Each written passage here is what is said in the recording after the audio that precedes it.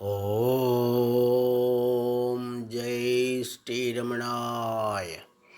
பகவான் ஸ்ரீரமண மகரிஷி பக்திஞான இயக்கத்தின் ஆன்மீக அன்பர்கள் அனைவர்களுக்கும் எங்களுடைய மனமார்ந்த இனிய காலை வணக்கம்.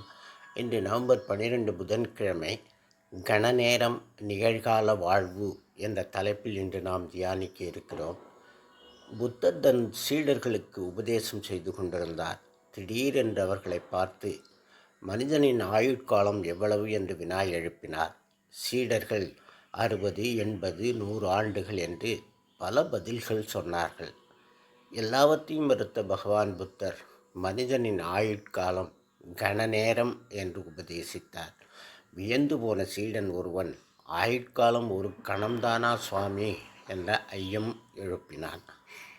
ஆயுட்காலம் கணப்பொழுது அல்ல, வாழ்க்கையை கணம் கணமாக முழுமையாக வாழ வேண்டும் என்று பதிலளித்தார் புத்தர். வாழ்க்கை ஒரு நீண்ட நெடிய பயணம். ஆயுட்காலத்தை நாம் தீர்மானிக்க இயலாது. அது எவ்வளவாக வேண்டுமானாலும் இருந்துவிட்டு போகட்டும். அந்த அற்புதமான வாழ்க்கையை முழுமையாக நிறைவாக கணம் கணமாக ஆனந்தமாக வாழ வேண்டும். அது நம் கையில்தான் உள்ளது. அதுவும் நிகழ்காலத்தில்தான் உள்ளது. அருணகிரிநாதர் கந்தர் அனுபூதியில் முருகப்பெருமானிடம் மின்னே நிகர் வாழ்வை விரும்பிய யான் என்னே விதியின் பயனின் இதுவோ என பாடுகிறார். மின்னலை ஒத்த இந்த நிலையற்ற வாழ்வில் விழுந்துவிட்டேன், இது என் விதியால் விளைந்ததோ? அருணகிரியார் நம் போன்று அவர் வாழ்க்கைக்கு பிறரை குற்றம் சாட்டவில்லை. யானே விரும்பி ஏற்ற வாழ்க்கை என்று பொறுப்பேற்றுக் கொள்கிறார். பிறகு, முருகா, இந்த வினையால் வந்த வாழ்க்கையிலிருந்து நீயே விடுதலை அளிக்க வல்லவன் என்று பெருமானிடம் சரணாகதி அடைகிறார். நேற்றைய வாழ்வு இறந்துவிட்டது, நாளைய பொழுது விடியாத பொழுது, பிறவாத குழந்தை. நேற்றைய வாழ்வை நினைந்து இன்றைய இனிமையான பொழுதில் வருந்துபவன் உண்மை உணராத அறிவிலி. ஆண்டாண்டு அழுது புரண்டாலும் ஆண்டார் வருவரோ? நேற்றைய இருளான இராப்பொழுதுதான் இன்றைய புதிய ஒளிமுகு பகலாக மலர்ந்துள்ளது. பகல் பொழுதில் சந்தோஷமாக வாழ வேண்டும். பகலில் இரவை தேடுபவன் பகலையும் இரவையும் இழக்கின்றான். நிகழ்காலத்தில் வாழ்பவன் யதார்த்தவாதி, உண்மை உணர்ந்த உத்தமன். நாளைய கற்பனையில் மிதப்பவன் பிறவாத குழந்தைக்கு பெயர் சூட்டி மகிழும் பேதை.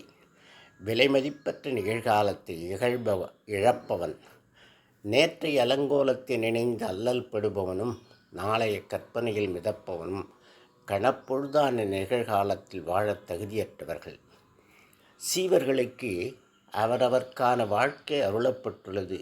ஒருவன் விவசாயியாக, ஒருவன் வியாபாரியாக, ஒருவன் ஆசிரியனாக, ஒருவன் மாணவனாக, ஒருவன் ஆணாக, ஒருத்தி பெண்ணாக, இப்படி பல. அதில் யாதொரு களங்கமும் இல்லை. நமக்கு வாய்த்த வாழ்க்கையை நாம் எப்படி வாழ்கிறோம் என்பதே கேள்வி. குறைகளை நிறைவாக பார்க்க பழக வேண்டும். எடுத்துக்கொண்டு சந்தோஷமாக வாழ வேண்டும். வாழ்க்கை ஒரு வரம். ஒரு முறை மட்டுமே வாய்ப்பு வரும். பயன்படுத்தி கொண்டு காலச்சக்கரத்திலிருந்து விடுவித்துக் கொள்பவன் புத்திசாலி. புலம்பி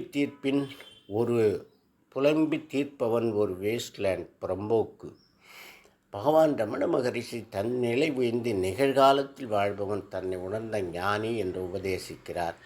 நிகழ்வினை பற்றி இறப்பு எதிர்வு நிற்ப, நிகழ்காலவையும் நிகழ்வே நிகழ்வொன்றே என்றுண்மை தேராது இறப்பு எதிர்வு தேர உணல் ஒன்றின்றி எண்ண உணல். நிகழ்காலத்தை சார்ந்த இறந்த காலமும் எதிர்காலம் உள்ளது. இரண்டும் நிகழ்காலத்தில் வினையாக நிகழ்கின்றன. நிகழ்காலம் ஒன்றே உண்மை என்பதை உணராமல் கடந்த கால நினைவுகளில் வாழ்பவனும் எதிர்கால கனவுகளில் மிதப்பவனும் ஒன்று என்னும் எண்ணை விட்டுவிட்டு எண்ணுபவனுக்கு ஒப்பாவான். பௌதிகமாமுள் பற்றற்று நாளுமுன் பவுசு கண்டுறவருள் அருணாச்சலா. பகவான் அருளிய அட்சர மடமாலை வரிகள். அருணாச்சலா, பௌதிகமயமான நேற்றைய எண்ணங்களிலும் நாளைய கற்பனைகளையும் பற்றி கொண்டு வீணே காலம் கழிக்காமல் பொன்னான நிகழ்காலத்தில் வாழ அருள் புரிவாயப்பா. ஒரு சின்ன கதைப்பு. ஒரு ஜென் குரு தன் சீடர்களின் முன்னேற்றத்தை சோதிக்க எண்ணி நிகழ்காலத்தை பற்றி சொல்லச் சொன்னார். முதல் சீடன் வந்து அழகாக 1/2 மணி நேரம் பேசினான். இரண்டாவது சீடன் வந்து சில நிமிடங்கள் பேசி அமர்ந்தான்.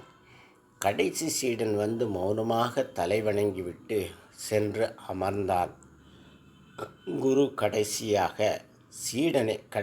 சீடனை முதல் மாணவனாக தேர்வு செய்தார். அகந்தையின் மௌனம் பொன்னான நிகழ்கால வாழ்வு. ஓம் தத் சத். நாளை வேறொரு தலைப்பில் தியானிக்கலாம் அன்பர்களே. வணக்கம், நன்றி.